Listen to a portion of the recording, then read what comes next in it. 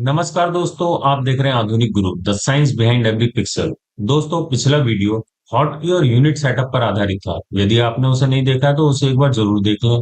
ये chapter quad मेनू पर आधारित है। क्वाड मेनू किस प्रकार से फंक्शन करता है, किस प्रकार से वो ऑर्गेनाइज्ड है, क्वाड मेनू किस प्रकार से आपके काम की स्पीड को बढ़ा सकता है। ये वीडियो इन्हीं बातों पर आधारित है। अभी तक हमने देखा किसी भी टूल को सेलेक्ट करने के लिए हम मेनू बार या टूल बार का उपयोग करते हैं। लेकिन कुछ टूल ऐसे होते हैं जो काम करते समय बार बार उपयोग होते हैं और बहुत ही ज्यादा एसेंशियल होते हैं। इन्हीं जरूरी टूलों का जल्दी से एक्सेस पाने के लिए क्वाड मेनू का उपयोग किया जाता है। एक बहुत इंपॉर्टेंट बात समझ लीजिए। 3D मैक्स एक सिलेक्शन बेस्ड सॉफ्टवेयर है।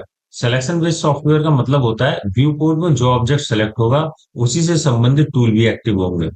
कुछ टूल ऐसे भी हो सकते हैं जिनका सेलेक्टेड ऑब्जेक्ट से कोई लेना देना नहीं है, तो वो आपको ऑफ नजर आ सकते हैं। यानी आप क्या सेलेक्ट करते हैं उसी हिसाब से टूल और ऑप्शन बदलते हैं। आगे इस बारे में आपको विस्तार से बताया जाएगा। क्वाड मेनू में हमेशा एक जैसे ऑप्शन नहीं होते।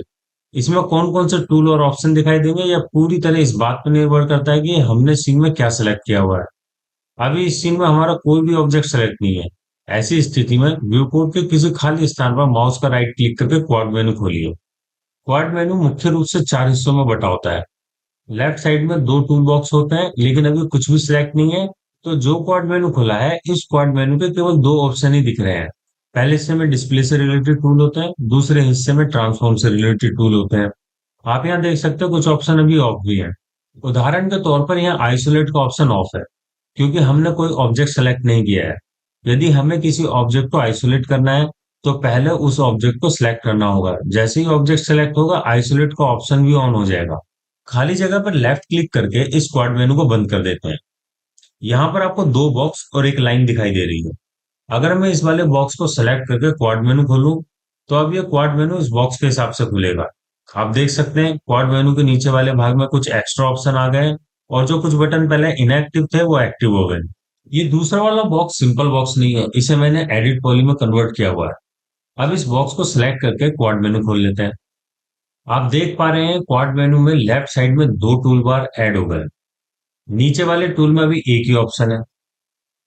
अब इस ऑब्जेक्ट के किसी एक सब ऑब्जेक्ट को सिलेक्ट कर लेते हैं, फिर क्वाड मेनू खोलेंगे। अब आप देख सकते हैं लेफ्ट साइड में जो दो टूल बॉक्स हैं उनमें सिलेक्टेड सब ऑब्जेक्ट के हिसाब से नए टूल ऐड हो गए हैं। जैसे ही सब ऑब्जेक्ट के सिलेक्शन को चेंज करेंगे, टूल उसी हिसाब से क्वाड मेनू में डिस्प्ले होंगे। अब इस क्वाड मेनू को ऑफ कर देते हैं। अब मैं इस लाइन को सिलेक्ट करने की कोशिश करूंगा, लेकिन लाइन सेलेक्ट नहीं होगी। पता है ऐसा क्यों? ऐसा इसलिए क्योंकि अभी भी इस बॉक्स का सब ऑब्जेक्ट एक्टिव है। तो पहले इसे ऑफ करना होगा, तभी लाइन सेलेक्ट होगी। चलिए इसे ऑफ कर देते हैं। अब हम इस लाइन को सिलेक्ट करते हैं, फिर से व्यू पोर्ट में राइट क्लिक के क्वाड मेनू खोलते हैं। अब आप देख सकते हैं कि मेन्यू में इस लाइन के हिसाब से कुछ नए ऑप्शन और ऐड हो गए हैं। अगर हम इस लाइन के सब ऑप्शन में से किसी एक को सिलेक्ट करते हैं और फिर क्वाड मेनू खोलते हैं तो इसके हिसाब से क्वाड मेनू में ऑप्शन चेंज हो जाएंगे। तो क्वाड मेनू इसी प्रकार से बिहेव करता है। यही 3D मैक्स का कोर बिहेवियर है। ऑब्जेक्ट बदलते ही मेन्यू बदलता है और सब ऑब्जेक्ट बदलते ही ऑप्शन फिर से बदल जाते हैं। तो इस चैप्टर में हमने समझा कि क्वाड मेनू हमेशा ऑब्जेक्ट और सब ऑब्जेक्ट के सिलेक्शन के अनुसार बदलता है। शुरुआत में स्टूडेंट को कई बार यह लगता है कि कुछ ऑप्शन एक्टिव नहीं है या ऑफ है, लेकिन इसका कारण होता है कि उन्होंने ऑब्जेक्ट या सब ऑब्जेक्ट सेलेक्ट नहीं किया होता। इसलिए हमें इसे याद रखें, पहले सिलेक्शन करें, उसके बाद ही टूल दिखाई देंगे।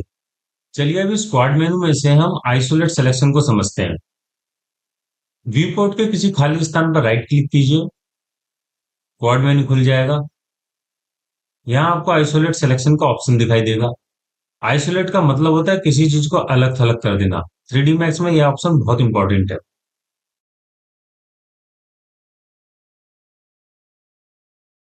यदि हमारे सीन में बहुत सारे ऑब्जेक्ट हैं और हमें किसी एक पर्टिकुलर ऑब्जेक्ट पर काम करना है और आसपास के ऑब्जेक्ट हमें डिस्टर्ब ना करें, तो ऐसी स्थिति में आइसोलेट सिलेक्शन का बहुत उपयोग होता है।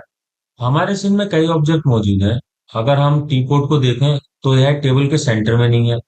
फ्रंट साइड और टॉप व्यू से देखने पर कई ऑब्जेक्ट बीच में आ रहे हैं, जिसके कारण टी कोड को सिलेक्ट करना मुश्किल हो जाता है।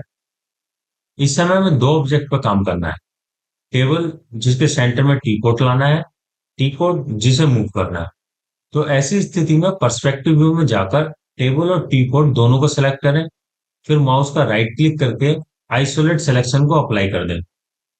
अब आपको एक क्लीन वर्क स्पेस मिल जाएगा जहां सिर्फ सेलेक्टेड ऑब्जेक्ट दिखाई देंगे।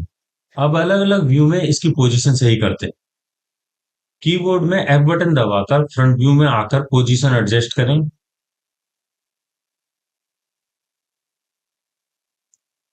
अब कीबोर्ड में एल दबाकर लेफ्ट व्यू में पोजीशन करेक्ट करें।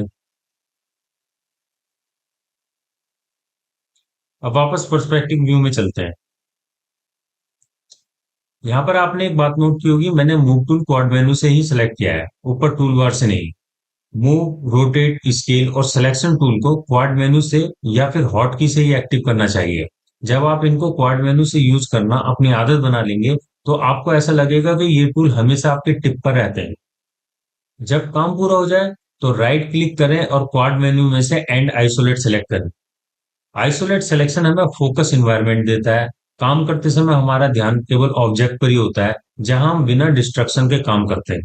इस चैप्टर में दी गई जानकारी आपके लिए कितनी यूजफुल रही कमेंट सेक्शन में जरूर बताएं।